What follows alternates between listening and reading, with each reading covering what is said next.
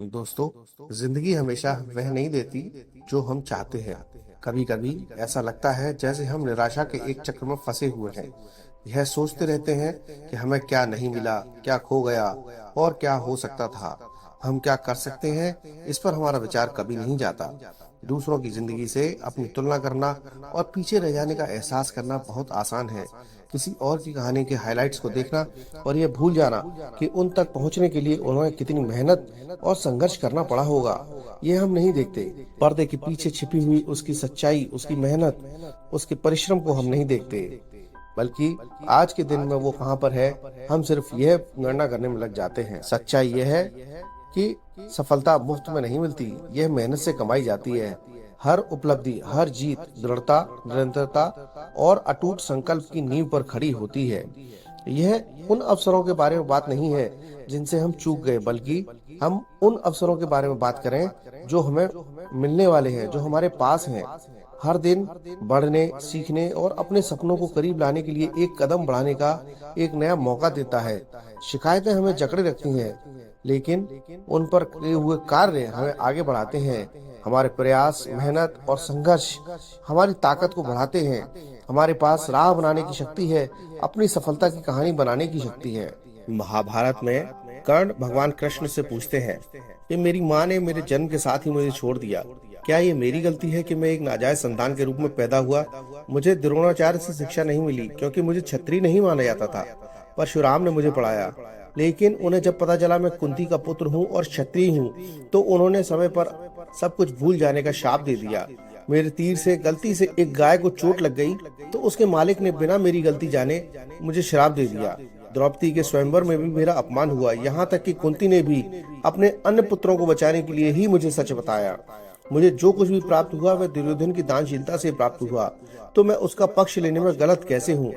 भगवान कृष्ण उत्तर देते हैं, हे कर्ण, मेरा जन्म जेल में हुआ था। मेरे जन्म से पहले ही मेरी मृत्यु मेरा इंतजार कर रही थी।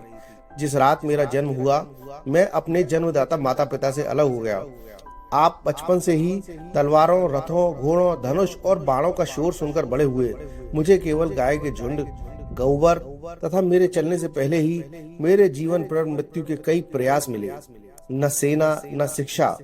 मैं लोगों को यह कहते हुए भी सुन सकता था कि उनकी सभी समस्याओं का कारण भी मैं ही हूँ।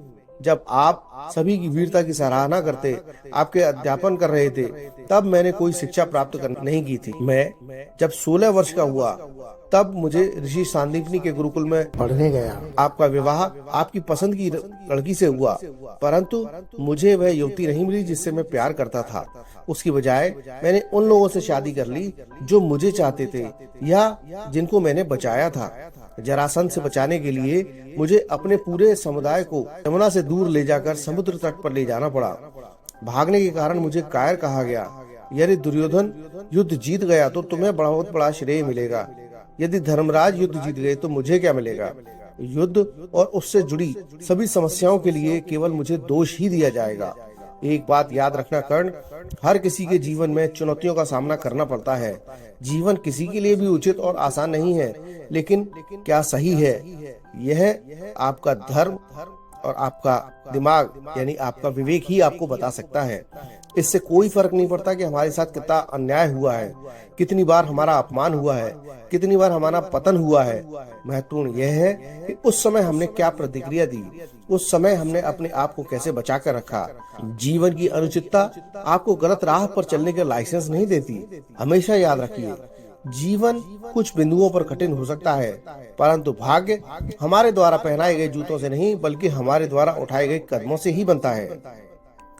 जीवन की यात्रा अनोखी है, आपकी क्षमता असीमित है। जीवन का इंतजार करना बंद करें और जीवन को जीना शुरू करें। आपके अंदर सफलता पाने के लिए सब कुछ है, तो उठिए, अपनी चुनौतियों को अपनाइए और अपनी शिकायतों को अपनी सबसे बड़ी जीत में बदल दीजिए, क्योंकि आपके और आपके सपनों के बीच केवल वही कहानी खड़ी है जो आप खुद ही बनाते हैं। इसे दृढ़ता, शक्ति और अजेय संकल्प की कहानी बनाएं।